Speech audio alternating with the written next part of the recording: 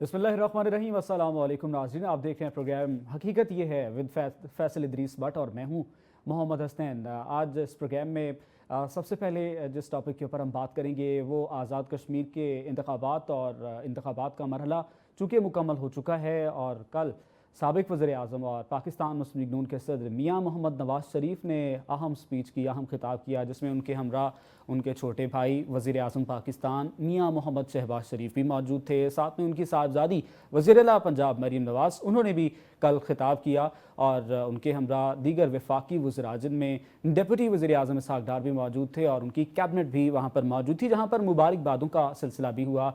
मियाँ मोहम्मद नवाज़ शरीफ की जानिब से मुबारकबाद पेश की गई राना सनाउल्लाह को और अमीर मकाम साहब को कि उन्होंने बड़े ज़बरदस्त अंदाज़ में ये कैंपेन चलाई और उस कैंपेन में कुछ गिले शिकवे भी हुए, जिसमें मियाँ साहब ने एक मरतबा फिर से इन गिले शिकवों के ऊपर थोड़ा सा तड़का भी लगाया। उन्होंने कहा कि बिलावल साहब से और पाकिस्तान पीपल्स पार्टी से इस तरह की तनकीद की उम्मीद ना थी। यूँ तो हम कंपटीशन में थे और मुकाबले में बयानबाजी होती है, लेकिन इस तरह का मिर्च मसाला और तेज़ी से मिर्च मसाला आना इसकी तवक्को नहीं थी, ऑल्दो ऐसे नहीं होना चाहिए था। फिर उन्होंने ये भी कहा कि बिलावल भुट्टो को क्या मिसाक़ जमहूरियत याद नहीं था और अब दोनों के दरमियान चूँकि तकरार का जो सिलसिला है वो चूँकि आज़ाद कश्मीर के इलेक्शंस भी ख़त्म हो चुके हैं। हमने कल भी जैसे प्रोग्राम में डिस्कस किया, सदर ममलिकत आसिफ अली ज़रदारी ने भी मुलाकात की वज़ीर आज़म शहबाज शरीफ ने, तो कुछ ठंडक की खबरें भी आई कि अब जो हुकूमत के हवाले से खबरें थी कि नहीं भाई ये चलती नहीं होगी, ये सिलसिला इसी तरह से चलेगा। लेकिन नवाज़ शरीफ साहब का ये बयान, इसके ऊपर क्या अब दोबारा से पाकिस्तान पीपल्स पार्टी की जानिब से फिर से कोई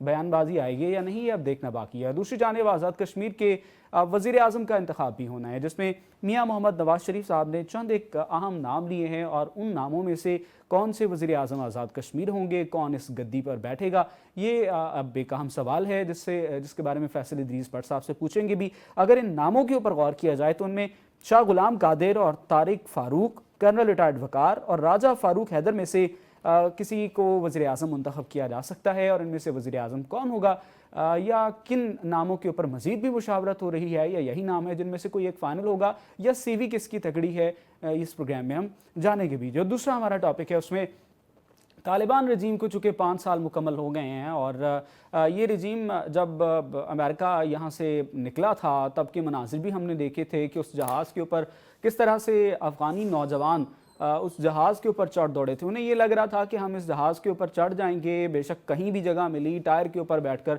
हम जो है वो अमेरिका पहुंच जाएंगे और हम वहां पर जाकर कोई तरक्की कर लेंगे। लेकिन वो मनाजिर पूरी दुनिया ने देखे कि किस तरह से उनका नौजवान नीचे गिरा। लेकिन तालिबान रजीम को समझ नहीं आई। अब भी वहाँ पर तालीम के हवाले से संगीन ख़तरात पैदा हो चुके हुए हैं। 24 लाख बच्चे, 24 लाख बच्चियाँ ख़ास तौर के ऊपर फ़ीमेल्स को वहाँ पर तालीम से दूर रखा जा रहा है। ना सिर्फ फ़ीमेल्स बल्कि वहाँ पर लड़कों की भी अगर बात करी जाए तो उन्हें भी तालीम से दूर रखा जा रहा है। और बिज़नेस क्या बनाया जा रहा है, दहशत गर्दी को as their business they are using it. और टाइज़ हैं उनके भारत के साथ।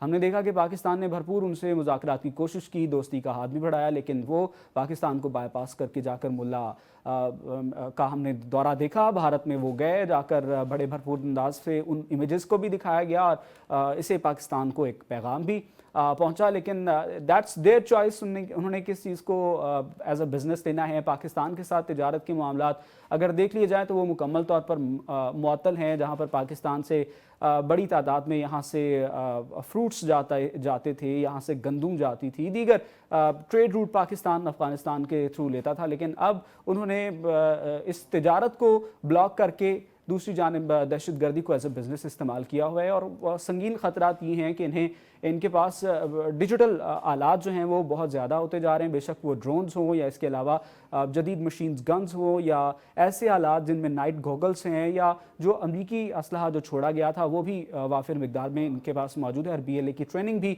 इस वक्त अफ़गानिस्तान में चल रही है और इस इशू के ऊपर डिस्कस करेंगे इसी प्रोग्राम में। और जो तीसरा हमारा पॉइंट है वो मिडिल ईस्ट में लगी हुई जंग, और ये हमारा इंपॉर्टेंट टॉपिक ज़रूर होता है कि मुआशी लिहाज से अब दोनों मुल्क जो हैं वो मुतासिर हो रहे हैं। अगर डोनाल्ड ट्रंप के बयानात में ये कह दिया जाए कि हम ईरान को मुआशी तौर के ऊपर मुतासिर करना चाहते हैं, तो अब शायद उन्हें खुद भी इस चीज़ को एक्सेप्ट करना चाहिए, बताना चाहिए कि इससे अमेरिका भी इफ़ेक्ट हो रहा है। ये ऐसे ही है जैसे कि एक वक्त में हमें याद है कि 1971 में शाह फैसल ने जिस तरह से अमेरिका का तेल बंद किया था। खैर हालात तो अभी बहुत डिफरेंट हैं। तब तो अमेरिका में फाकों के ऊपर नौबत आ गई थी, लेकिन इस वक्त जो हालात चल रहे हैं वो इस जानिब बढ़ते हुए ज़रूर दिखाई दे रहे हैं अगर डोनाल्ड ट्रंप इससे पलटी नहीं लेते हैं। दूसरा, हमने ही एक प्रोग्राम किया, एचिसन कॉलेज के प्रिंसिपल, उनकी जानिब से मेरिट की धज्जियाँ, मेरिट की पामाली की जा रही थी। हम चूँकि तालीम के ऊपर अगर बात कर रहे हैं, अफ़गानिस्तान की तालीम की हम बात कर रहे हैं, तो तालीम किसी भी मुल्क का इंतहाई अहम पहलू होता है। और अगर आप किसी कॉलेज या स्कूल के अंदर इस तरह की बेज़ाब्तियाँ कर रहे हों, मेरिट की पामाली कर रहे हों, आप स्टूडेंट्स के अंदर प्रिफेक्ट्स की तकर्रियाँ नहीं कर रहे हों, मेरिट के ऊपर चीज़ें नहीं लगा रहे हों, तो वो बहुत इंपॉर्टेंट होता है, जिसके ऊपर फैसल इदरीस भट्ट साहब ने भी एक इसको इशू बनाया, जिसके ऊपर गवर्नर पंजाब ने इसके ऊपर नोटिस लिया है। इस प्रोग्राम में इसके ऊपर भी बात करेंगे। सबसे पहले फैसल इदरीस भट्ट साहब से जानेंगे कि मुस्लिम लीग नून के सदर और मियाँ नवाज शरीफ साबिक वज़ीर आज़म, उन्होंने खिताब किया है। तो फैसल इदरीस भट्ट साहब, बहुत शुक्रिया सबसे पहले तो प्रोग्राम में ज्वाइन करने के लिए। किस तरह से उनका खिताब मियाँ साहब का देखते हैं, और एक मरतबा फिर से उन्होंने गिला किया पाकिस्तान पीपल्स पार्टी से कि इस तरह की तलखी नहीं होनी चाहिए थी जिस तरह से किए गए बयानात। बिस्मिल्लाहिर्रहमानिर्रहीम, शुक्रिया। असल में बात यह है कि मियां नवाज शरीफ के बारे में जो लोग मशीनगोइयां करते फिरते थे कि मियां नवाज शरीफ साहब जो हैं वो 2 से 3 साल का अरसा लड़े बगैर गुजार नहीं सकते। इसके बाद उनको कोई थोड़ा सा हौल उठने शुरू हो जाते हैं और वो किसी न किसी से कोई ना कोई ऐसी संगीन लड़ाई कर लेते हैं कि उन्हें अपनी हुकूमत से हाथ धोना पड़ते हैं। इस दफा तो बड़ा मेच्योर गेस्चर दिया मियां नवाज शरीफ ने। आप देखें, गिलगित बल्तिस्तान की कल इजलास में बात हुई, उनका ख्याल था कि अगर हमने छीना झपटी करनी होती तो गिलगित बल्तिस्तान में उम्मीदवारों को साथ मिला के हम हुकूमत बना लेते, पीपल्स पार्टी को ना बनाने देते, मगर हमने बड़े दिल का मुजाहरा किया और हमने गिलगित बल्तिस्तान पीपल्स पार्टी के हवाले कर दिया। जी, ये बात भी सच है।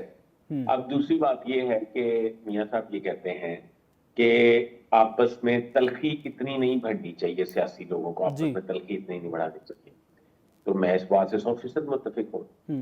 देखें, मैं माजी में 2018 में साबिक वज़ीर आज़म इमरान खान साहब जो हैं वो वाशिंगटन डीसी के दौरे पे थे और ट्रंप के इन्विटेशन था उन्हें, और उन्होंने व्हाइट हाउस विजिट करना था, उसमें उन्होंने कैपिटल हिल भी विजिट किया। इन दोनों दौरों के दौरान यानी कि एक दिन व्हाइट हाउस और अगले दिन कैपिटल हिल, तो इससे व्हाइट हाउस के बाद उन्होंने एक जलसा रखा हुआ था डीसी में, अरीना हॉल में। सही, अरीना हॉल में जो जलसा था उसमें कोई 10-20 हजार पाकिस्तानी लोग मौजूद थे, ठीक है।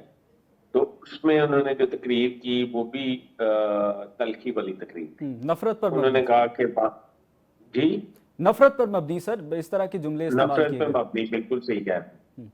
मुझे बड़ी हैरत हुई, पाकिस्तान से 5-6 जर्नलिस्ट और भी थे, मुझे बड़ी हैरत हुई ये सुन के कि वो वाशिंगटन डीसी में बैठ के तो पाकिस्तान के सियासतदानों पर कीचड़ उछाल रहे हैं और वो कह रहे हैं कि इनकी जेलों में, मैंने सुना है एसी लगा हुआ है, मैं आके जेलों में से एसी भी निकलवाता हूँ और इन्हें करार वाकई सजा दिलाते हैं और ये करते हैं। और ये पूरी तकरीर का महवर जो है ना वो यही था जी।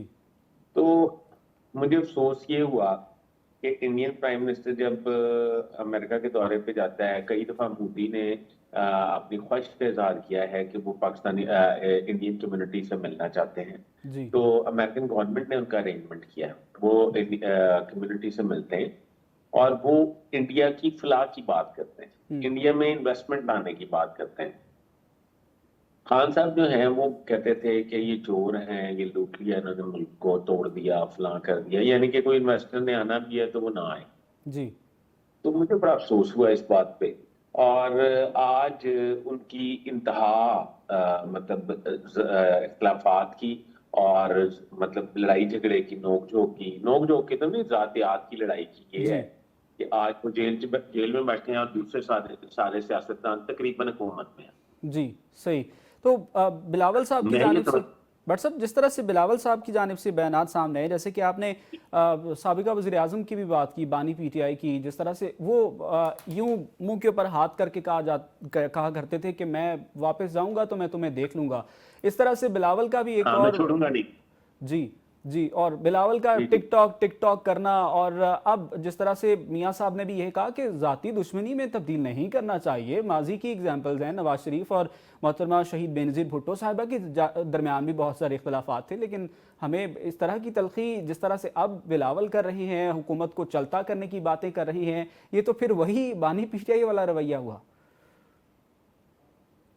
मैं अर्ज करता हूँ आपको, अर्ज ये है कि जब आपको पता है 2014 का धरना हुआ, और धरना के बाद वो जो है, धरना से पहले एक इलेक्शन था जिसमें जो पीएमएलएन जीती थी, उसमें बानी पीटीआई लिफ्टर से गिर के जख्मी हुए थे जी। तो मियां नवाज शरीफ का गुड जेस्चर ये था कि वो हॉस्पिटल उनका पता लेने चले गए थे। ठीक है। और दूसरा, जिस दिन बेनजीर भुट्टो शहीद हुई हैं रावलपिंडी बम ब्लास्ट में, उस दिन मियां साहब भी रावलपिंडी में थे, और मियां साहब भी उनका पता लेने के लिए चले, उनकी मतलब ताजियत के लिए हॉस्पिटल पहुंच गए थे, हाल बाल चेक करने के लिए। हालांकि उनको शदीद खतरा था, उनको सिक्योरिटी ने मना किया था कि पीपल्स पार्टी के जाले बहुत बिखरे हुए हैं, वो आपको नुकसान पहुंचा सकते हैं, पर उन्होंने अटल फैसला किया और वो चले गए। कुदरती तौर पर जिंदगी उनके साथ था। इसका मतलब ये कि आज तक जितनी वजादारी हमने सियासतदानों में देखी, उसमें नवाज शरीफ नंबर 1 पे है, नो डाउट। इस हवाले से तो देखें, जिसके मैं गवाह हूँ वो मैं आपको बात बता रहा हूँ। सही। तो आप नवाज शरीफ कहते हैं कि जाती लड़ाई नहीं बनाना चाहिए, मैं 100% मुतफिक हूँ। सही, बखुदार कहकर भी वो बिलावल भुट्टो को मुखातिब करते हैं, इसी में लड़ाई नहीं बनानी चाहिए जी। अच्छा, ये जो आप बिलावल की बात कर रहे हैं, टिकटॉक वगैरह वगैरह, ये मुझे लगता है कि बिलावल थोड़े गिलगित बाल्टिस्तान में हुकूमत बनाने के बाद ये सोच रहे थे, या उनके ख्याल में था कि वो कश्मीर भी हासिल कर लेंगे। वो कश्मीर को हाथ से जाता देखकर शायद थोड़े बाइस्ड हो गए। वही बात, बिलावल भुट्टो गिलगित बल्तिस्तान में जीते तो वो इलेक्शन ठीक था, आज़ाद कश्मीर में अगर उन्हें शिकस्त हुई है तो वो ठीक नहीं है, वो धांधली हुई है। तो अब जिस तरह से मियां साहब ने चंद एक नाम लिए हैं, उनमें से आप किसको वज़ीर आज़म की सीवी के लिए स्ट्रांग देखते हैं? वैसे तो मियां साहब ने खुद भी ख्वाहिश का इजहार किया था कि मुझे वज़ीर आज़म बना दिया जाए आज़ाद कश्मीर का, लेकिन फिर भी सीवी किसकी स्ट्रांग देखते हैं आप? अच्छा, मैं आपको अर्ज करता हूँ कि मैंने एक दफा नरेंद्र मोदी का जो पहला इलेक्शन था और मनमोहन सिंह प्राइम मिनिस्टर थे, और जो वो इलेक्शन हुआ था उसमें मैंने गालबन वो 2013 का था शायद, इधर पाकिस्तान में प्राइम मिनिस्टर नवाज शरीफ बने थे और कुछ अर्से के बाद उधर मोदी बने थे। मैंने वो इलेक्शन कवर किया हुआ है इंडिया का, और इंडिया में 1.25 अरब की आबादी है और दुनिया की सबसे बड़ी जमहूरियत उसको कहा जाता है। वो इलेक्शन में मैंने कई इंटरव्यूज किए, हारने वालों के भी और जीतने वालों के। जीतने वालों की तो हम बात ही नहीं करते, हारने वालों ने किसी ने भी रिगिंग और इसका धांधली का इल्जाम दूसरे पे आयद नहीं किया, नंबर 1। नंबर 2, 473 उनकी राज्यसभा की सीटें हैं, जिसमें हमारी कौमी असेंबली है, यानी कि सबसे सुपीरियर अवाम तो सेनेट ही होता है, पर कौमी असेंबली जिसमें आम मुंतखब होके आते हैं, अवाम से बराह रास्त मुंतखब होके आते हैं और अवाम के वोट से आते हैं, उस तरह उनको राज्यसभा कहते हैं। एक लोकसभा होती है, वो सूबे लेवल पे होती है, राज्यसभा जो होती है। हाँ, तो वो जो राज्यसभा थी उसकी 473 सीटें थी, 471 जो उम्मीदवार थे हारने वाले, मतलब मैं 471 की तो नहीं बात कर रहा, मतलब हमने सिलेक्टिव मतलब लोगों से बात की जहां पे हमें लगता था कि यहाँ पे मतलब धांधली का शोर हो सकता है, तो किसी ने ये बात नहीं मानी कि वहां पे धांधली हुई है। 2 सीटों पे रिगिंग की आवाज आई थी, वो भी महबूबा मुफ्ती साहिबा की तरफ से आई थी, मकबूजा कश्मीर की, वो 2 हल्के थे जिसमें उन्होंने कहा कि हुकूमत ने इसमें रिगिंग की है। तो मैं समझता हूँ 473 में से अगर 2 जगहों पे रिगिंग की बात आई है तो इसका मतलब कि रिगिंग जो है वो 0 माइनस में है, ठीक है, इसका मतलब रिगिंग हुई नहीं। तो एक तो हमें अच्छी बातें लोगों से सीखनी चाहिए। तो दूसरी बात ये है कि ये तो आम फहम की बात है कि मैं साद रफीक साहब का और दीगर कुछ ऐसे लोग, मतलब जिस साहब नईम साहब हैं जमात इस्लामी वाले, का मैं बड़ा मुतकिद हो गया जब इन्होंने साद रफीक साहब ने ऐलान कर दिया कि लतीफ खोसा साहब जो है वो मेरे से जीत गए हैं, मैं उन्हें मुबारकबाद पेश करता हूँ। ठीक है, हालांकि कभी चांस था कि साद रफीक साहब जो है वो रिजल्ट में जीत सकते थे। ठीक हो गया। जिस तरह से हम गुफ्तगू कर रहे थे आपस की तलखियों के हवाले से और इस बात को एक्सेप्ट करने के हवाले से कि हम अगर जीत के ऊपर जश्न मना रहे हैं, हम मुबारकबादें वसूल कर रहे हैं, तो हमारे अंदर इतनी जुर्रत ज़रूर होनी चाहिए कि अगर हमें शिकस्त हुई है तो उसको भी तस्लीम कर लिया जाए। भट्ट साहब बड़े इंपॉर्टेंट बात कर रहे थे। भट्ट साहब से कहेंगे कि वो पहले तो अपनी बात कंप्लीट करें, फिर दूसरे टॉपिक की जानिब आएंगे। जी भट्ट साहब बताइएगा। अच्छा, मैं कर रहा था आपसे, ज़हीम साहब को पता है कि अनाउंस कर दिया गया था कि ये सीट जीत गई। उन्होंने कहा कि मैं सीट नहीं जीता, मैं सीट हार गया हूँ, तो लिहाजा आपका शुक्रिया, मुझे सीट नहीं चाहिए। ऐसे पॉलिटिशियन पाकिस्तान में नापैद हो चुके हैं। ऐसे पॉलिटिशियंस को पाकिस्तान में अब पाकिस्तान में आने की जरूरत है, जागने की जरूरत है। जिस तरह के यूनिट्स की बात होती है, आप देखें, मैं बार बार उस यूनिट्स के हक में क्यों बात करता हूँ, सूबों के हक में। आप जब नए सूबे बनाएंगे तो वहां से आपकी नई एक नर्सरी बनेगी सियासतदानों की, जो एक तानावर दरख्त बनेंगे, और उसमें कोई ऐसी जेंजी भी होगी जो मुल्क की भागदौड़ बेहतरीन तरीके से चलाने का इरादा करेंगे, जो ये समझते होंगे कि पाकिस्तान को बहुत बेहतर तरीके से चलाना है, लूट मार नहीं करनी। तो मुझे ये लगता है कि आपस की तलखियां जो हैं उनको दूर किया जा सकता है। मियां नवाज शरीफ का ये जेस्चर मुझे बहुत अच्छा लगा, सबको अच्छा लगा होगा। और बिलावल साहब जो टिकटॉक या टिकटॉकर का या टिक टिक का कह रहे हैं, वो मेरा ख्याल है उनका शायद ये बयान में चोर नहीं है। सही। वो हैं तो मोहतरमा बेनजीर भुट्टो के साहबजादे, उनकी ग्रूमिंग तो हुई है पॉलिटिकली, इसमें तो कोई शक नहीं है। पर बात ये है कि शायद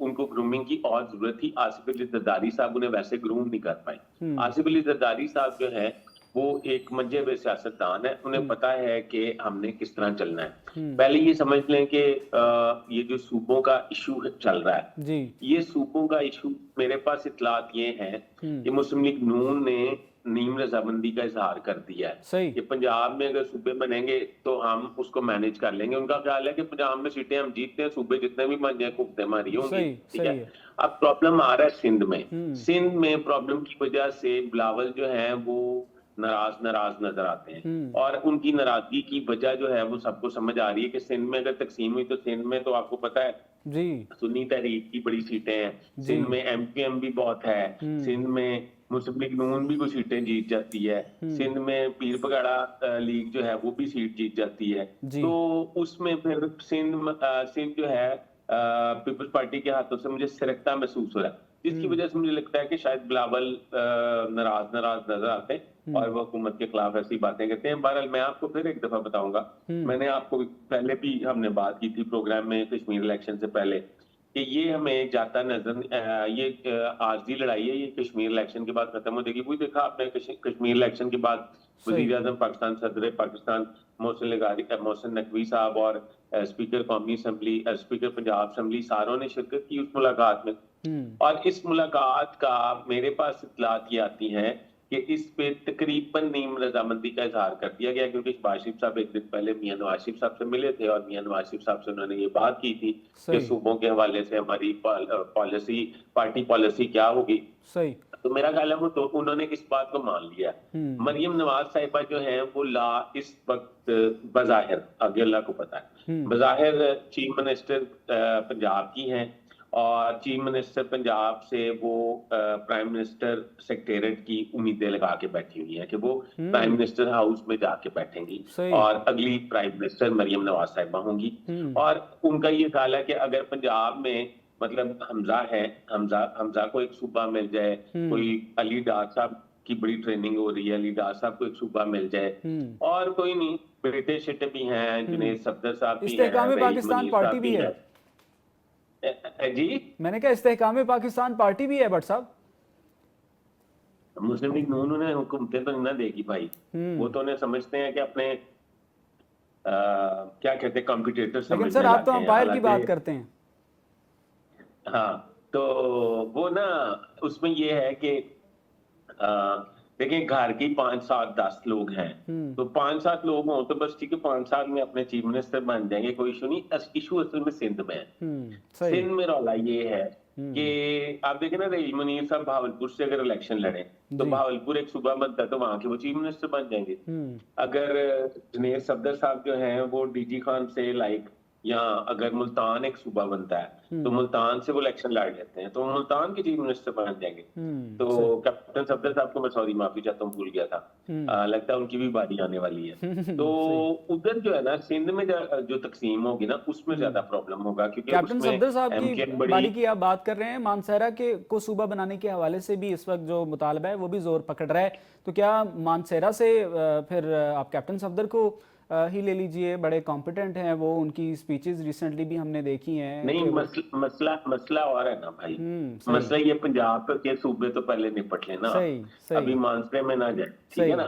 तो वो हजारा सूबा बनाने की बात करते हैं जो कैप्टन साहब तक बात करते हैं। जी जी सही। वो हजारा तहरीक है जो हजारा की चल रही है इस वक्त, ठीक है। सही। अच्छा, तो कहने का मकसद ये है कि जिस वजह से मेरी इतलात के मुताबिक मोहसिन नकवी बीच में ब्रिज का किरदार अदा कर रहे हैं, वो आसिफ दादी साहब को भी कन्विंस कर रहे हैं, वो शहबाज शरीफ साहब को भी कन्विंस कर रहे हैं। तो मेरा ख्याल है ये जो मैं समझता था ये नामुमकिन है, और लोगों की ये पेशीन गोइयां थी कि ये आप जी पीपल्स पार्टी और मुस्लिम लीग नून एक पेज पे आ जाएंगे और एस्टेब्लिशमेंट के बाद के सामने खड़े हो जाएंगे जाके। तो मैंने ये समझा कि मैंने ये सोचा और ये समझा, तो फिर मुझे जवाब आया कि नहीं, ऐसा नहीं होगा। मुस्लिम लीग नून और पीपल्स पार्टी ये ऐसी बड़ी गलती कभी नहीं करेंगे।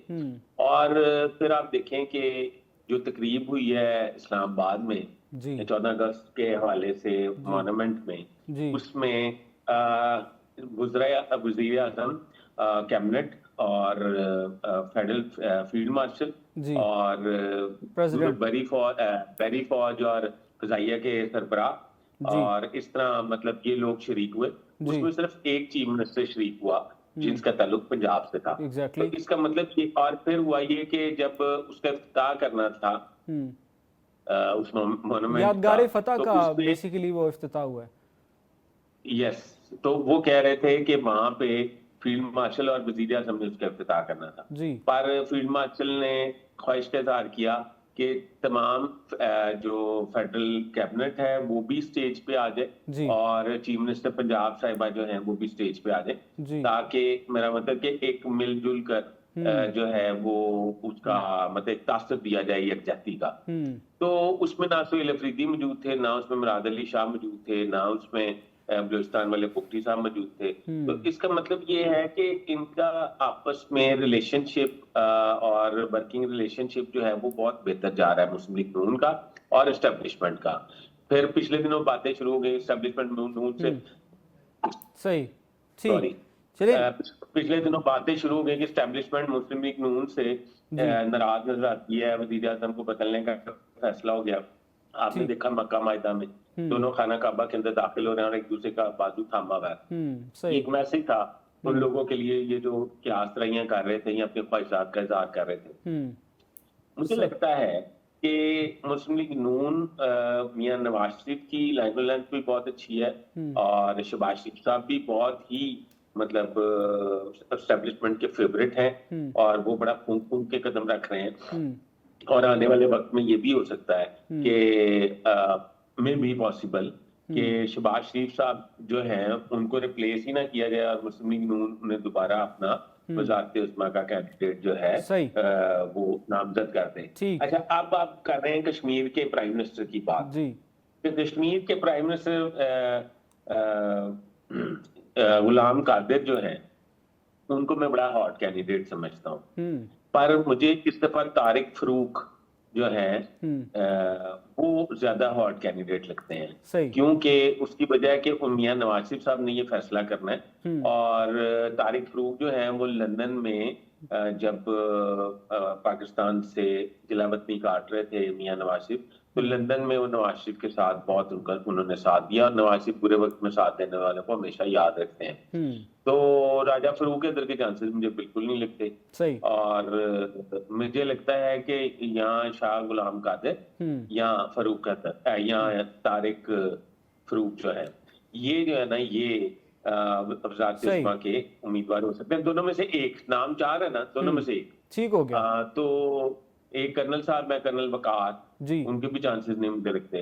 कहने का मकसद ये है कि नवाज शरीफ की इस तकरीर को बानी पीटीआई को भी सुनाना चाहिए। नवाज शरीफ ने कई, आप जब धरना दे रहे थे बानी पीटीआई, तो उस वक्त आपको पता है नवाज शरीफ वो सानिया वो हो गया था, पेशावर एपीएस स्कूल वाला बच्चों को शहीद किया गया था तालिबान की तरफ से। तो उस वक्त मुझे लगता है कि वो जो जब उस वक्त भी एक ऑल पार्टी कॉन्फ्रेंस कॉल की गई थी वजीर आजम की तरफ से इमरान खान साहब को, उसमें भी इनवाइट किया गया था। नवाज शरीफ ने तो हमेशा बड़े दिल गुर्दे का बेशक, इसमें कोई शक नहीं। अफगानिस्तान के अंदर चूंकि तालिबान रजीम के 5 साल मुकम्मल हो चुके हैं और ये खिता वैसे ही हालत जंग में है, ईरान अमेरिका जंग को ले लिया जाए, और सख्त तरीन मुआशी दबाव के अंदर अफ़गानिस्तान में तालीम के ऊपर भी दबाव है, और तालिबान किस तरह से ख़वातीन की तालीम के ख़िलाफ़ बने हुए हैं, दुश्मन बने हुए हैं, जिसके ऊपर जितने भी आलमी जरीदे हैं उनमें रिपोर्ट्स तो छपती हैं, रोज़ाना की बुनियाद पर बताया जाता है कि अफ़गानिस्तान में ये सिलसिला कहाँ तक जा पहुँचा है, और फिर दहशत गर्दी को बिज़नेस के तौर पर इस्तेमाल किया जा रहा है, और जितना मर्जी समझा लिया जाए अफ़गानिस्तान को, मुज़ाकरात की दावत भी दे दी गई, लेकिन जाकर भारत के साथ बैठना, और अब चूँकि अमरीकी जो असलहा छोड़ा हुआ है, BLA की ट्रेनिंग जो कि पाकिस्तान में दहशत गर्दी में हालिया लहर में इजाफा हुआ है, इसके ऊपर ही बात करते हैं। भट्ट साहब की जाने बढ़ेंगे। भट्ट साहब, तशवीश पाई जा रही है, संगीन तरीन 24 लाख लड़कियां आज भी स्कूलों से बाहर हैं, और लड़कों की तालीम तो खैर साइड पे ही रख ली जाए, जिस तरह से BLA की ट्रेनिंग की जा रही है, दहशत गर्दी में इजाफा किया जा रहा है, इसको एज ए बिजनेस इस्तेमाल किया जा रहा है, ये आने वाले वक्त में कितना तशवीशनाक हो सकता है? अच्छा, पहली बात ये है कि ये जो 24 लाख बच्चियों की 24 लाख बच्चों तालीम के रूम रखा है, इसमें की बुरी बात है। और ये कम से कम आप देखें, मतलब मिसाल के तौर पे इसमें औरतों के हकूक की जो पाबंदी है उस पर जरूर अमल करना चाहिए। दुनिया की पता नहीं NGO जो औरत के जानों के हकूक पे काम कर रही होती हैं, औरत के हकूक पे काम कर रही होती है, वो इस पे क्यों नहीं बोलती? औरत सऊदी अरब जो है वो बड़ा कंजेस्टेड था, पर्दे के हवाले से, खवातीन के हवाले से उनकी बड़ी एक सतही सोच थी जी। आपको दिल में नहीं है सऊदी अरब में अगर बहुत उसके साथ कोई मर्द जरूर होना चाहिए था, मैं चाहता था। आप सऊदी अरब में गाड़ी चलाने पे पाबंदी थी औरत के, आज ऐसा नहीं है। आज सऊदी अरब में मॉल्स नहीं थे, क्योंकि मॉल्स में अगर आप जाएंगे तो मेल्स जाएंगे तो ख्वातीन भी जाएंगे। सऊदी अरब में तालीम के हवाले से आपने बात की, इसमें ये जिक्र करना भट्ट साहब बड़ा ज़रूरी है। शाह फैसल इतने अजीम लीडर, उनकी जो बीवी थी वो तुर्की से थी, तो उन्होंने सऊदी अरब में ख़वातीन की तालीम के हवाले से स्पेशल इनिशिएटिव्स लिए थे, जिसके बाद सऊदी अरब में फिर ख़वातीन की तालीम को भी प्रायोरिटाइज़ किया गया। और अब आके जिस तरह से आपने कहा कि अब तो ड्राइविंग लाइसेंस भी ख़वातीन को दिए जा रहे हैं कि वो ड्राइव भी कर सकती है, तो अफ़गानिस्तान के हवाले से फिर क्या कोई सिलसिला हो सकता है? अच्छा, अफगानिस्तान की ये जो हुकूमत, आप 5 साल की बात कर रहे हैं कि सिर्फ 5 साल हो गए हैं, एक्चुअली ये हुकूमत नहीं है, ये केयर टेकर थे, ये निगरान हुकूमत के तौर पर आए थे 3 माह के लिए, और इनका ये ख्याल ये कह के आए थे कि हम आइंदा आने वाले वक्त में इलेक्शन करवाएंगे, और इलेक्शन करवा के हम जो जीतेगा उसके हवाले हुकूमत कर देंगे। मगर आज आप देखें क्या नहीं हुआ, और इस वजह से हालात ये हैं कि मतलब उधर अफरा तफरी फैल गई है। अमेरिकन असला जो छोड़ा था तालिबान ने, जो अमेरिकन ने छोड़ा था, अमेरिका उन्हें वैसी इमदाद नहीं दे जैसे पहले देता था, अब इंडिया जो है उन्हें फैसिलिटेट करता है। अमेरिकन असला जो है ये सारा बेच चुके हैं, और दूसरी बात ये है कि अमेरिका भी उन्हें वैसे सपोर्ट नहीं कर रहा। और असल बात यह है कि BLA के हवाले से जो यूनाइटेड नेशन की रिपोर्ट है वो बड़ी खतरनाक है। उसमें ये कहा जा रहा है कि तालिबान और दाइश मिलकर BLA को असला और फाइनेंस दे रहे हैं ताकि वो पाकिस्तान में दहशतगर्दी की वारदातें कर सकें। इसका मतलब ये है कि जो हम शुरू दिन से एक स्टोरी ब्रेक कर रहे थे या स्टोरी दे रहे थे कि अमीर मुत्तकी जो इनका वज़ीर ख़ारजा है वो 7 रोज़ा दौरे पे इंडिया गया था और हमने कहा $1.5 अरब वहां से लेके आया है और वो $1.5 अरब जो है वो पाकिस्तान में दहशतगर्दी के लिए इस्तेमाल होगा। इसका मतलब ये कि वो हमारी खबर दुरुस्त थी। तालिबान जो है वो पाकिस्तान के खिलाफ इस्तेमाल हो रहे हैं इंडिया के हाथों और PLA को इस्तेमाल कर रहे हैं पाकिस्तान के खिलाफ, उनको पैसे फंडिंग करके और असला देके। अगली बात ये है कि तालिबान ने इलेक्शन करवाना था और इलेक्शन करवा के हुकूमत जीतने वाले के हवाले करनी थी। 5 साल से इनको हुकूमत नहीं कहा जा सकता, हम ये कहेंगे कि ये 5 साल से काबिज है यहाँ पे सही। और कब्जे की वजह से इन पे पाबंदियां भी आयद हैं। अब इनके तुर्कमेनिस्तान और उज्बेकिस्तान, किर्गिस्तान से भी मरासम ठीक नहीं है। ठीक, अच्छा, फिर इनके मरासम जो हैं वो उनसे भी ठीक नहीं है, अल्लाह आपका भला करे, पाकिस्तान से। फिर इनके ईरान से भी मरासिम ठीक नहीं है।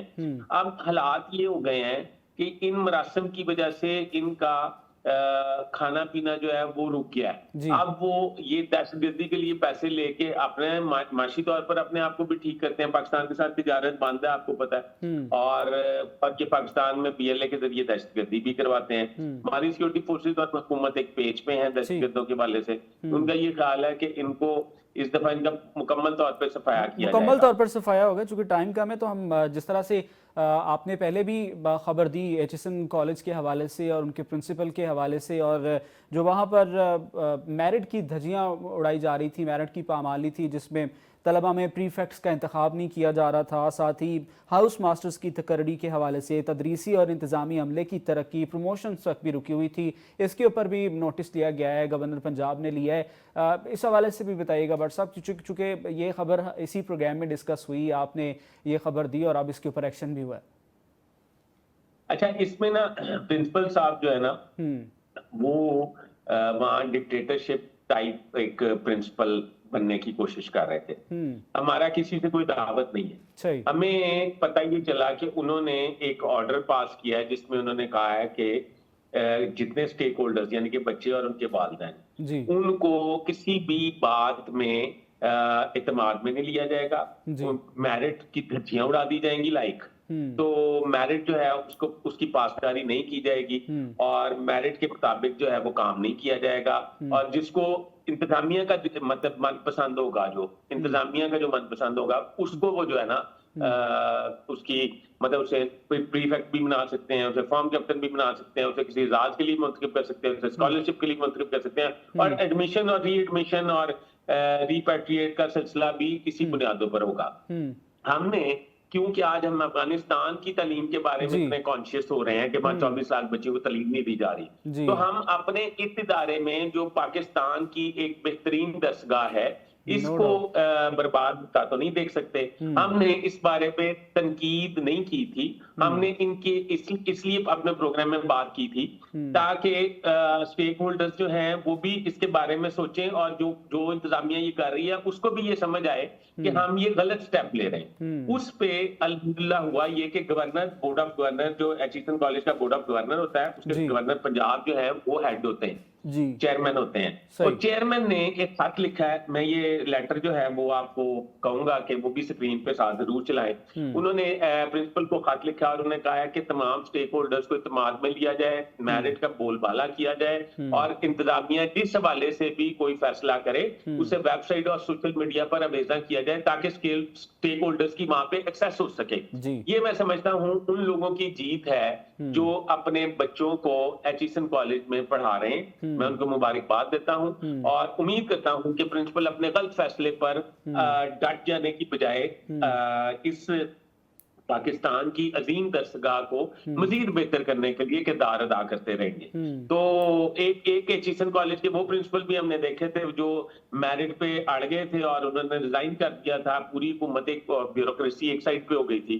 तो आज ये पाकिस्तानी जो है इनको भी चाहिए कि अपनी अजीम दरसगाह को बेहतर बनाने के लिए बच्चों के लिए बेहतरीन फैसले करें बजाय कि वहां डिक्टेटरशिप जो है वो राइज की जाए। ये मुनासिब बात नहीं है। इसलिए मैं उन सब लोगों को मुबारकबाद देता हूं जो इस फैसले से पिस रहे थे और गवर्नर पंजाब के ये लेटर के बाद जो है प्रिंसिपल को इस बात पे पाबंद कर दिया गया है कि वो आइंदा के लिए किसी भी फैसला करते वक्त स्टेक होल्डर्स को इत्मीनान मिले, और यही हमारा मोटो था, यही मिशन था हमारा, और ऐसी कोई बात नहीं। सही, गवर्नर का की जानिब से इस तरह का नोटिफिकेशन होना जाहिर सी बात है, क्रेडिट गोज टू हिम। और जिस तरह से आपने इस टॉपिक को लिया और तालीम के हवाले से स्पेशली कोई कॉम्प्रोमाइज़ बनता भी नहीं है। बहुत शुक्रिया फैसल इदरीस पर, सब सीनियर तर्जकार हमारे साथ मौजूद थे। चूँकि हम बात करते हैं फिर जब अफ़गानिस्तान की तालीम की, अफ़गानिस्तान में होने वाली पामालियों की, बेशक वो मुआशी पामालियाँ हों या तालीम के हवाले से उन्हें तालीम से दूर रखना और तालीम के हक़ से महरूम करना, तालीम से दूर करना, वो ऐसे ही है कि